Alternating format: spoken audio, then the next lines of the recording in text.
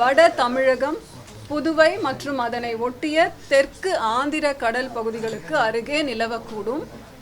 Ditwah புயல் வடக்கு வடமேற்கு திசையில் நகரும் பொழுது வட தமிழகம், புதுவை கடலோர பகுதிகளில் இருந்து இன்று நள்ளிரவில் 60 கிலோமீட்டர் தொலைவிலும், நாளை அதிகாலை 30ஆம் தேதி நவம்பர் 50 கிலோமீட்டர் தொலைவிலும், மாலை 25 கிலோமீட்டர் தொலைவிலும் தித்வா புயலின் மையப்பகுதி நிலவும் வாய்ப்பு உள்ளது.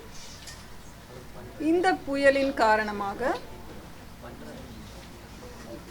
தமிழகம், புதுவை மற்றும் காரைக்கால் பகுதிகளுக்கான மழை எச்சரிக்கை என்று பார்த்தால், அதிகனமழை எச்சரிக்கை 5 மாவட்டங்களுக்கு தரப்பட்டுள்ளது. கடலோர மாவட்டங்கள், டெல்டா மாவட்டங்கள், நாகப்பட்டினம், மயிலாடுதுறை மற்றும் கடலூர், விழுப்புரம், செங்கல்பட்டு, காரைக்கால், புதுச்சேரி. ஆரஞ்ச் அலர்ட் 13 மாவட்டங்களுக்கு விடப்பட்டுள்ளது. சென்னை, திருவள்ளூர், காஞ்சிபுரம், ராணிப்பேட்டை, திருவண்ணாமலை, கள்ளக்குறிச்சி, சேலம், பெரம்பலூர், அரியலூர், திருச்சிராப்பள்ளி, தஞ்சாவூர், திருவாரூர் மற்றும் புதுக்கோட்டை. தமிழகத்தின் அநேக இடங்களிலே மழை பெய்யும். மிதமான மழை வரை, கனமழை பொறுத்தவரை ஒரு 6 மாவட்டங்களுக்கு எச்சரிக்கை தரப்பட்டுள்ளது.